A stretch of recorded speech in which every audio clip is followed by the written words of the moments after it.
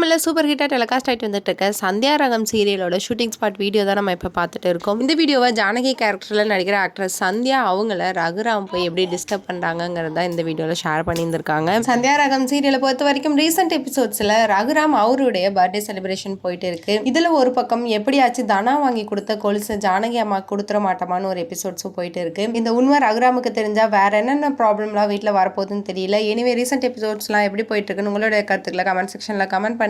மேலும் இந்த மாதிரி சினிமா அப்டேட், சீரியல் அப்டேட் பத்தி தெரிஞ்சுக்கணும்னா மீட் சேனலை சப்ஸ்கிரைப் பண்ணுங்க.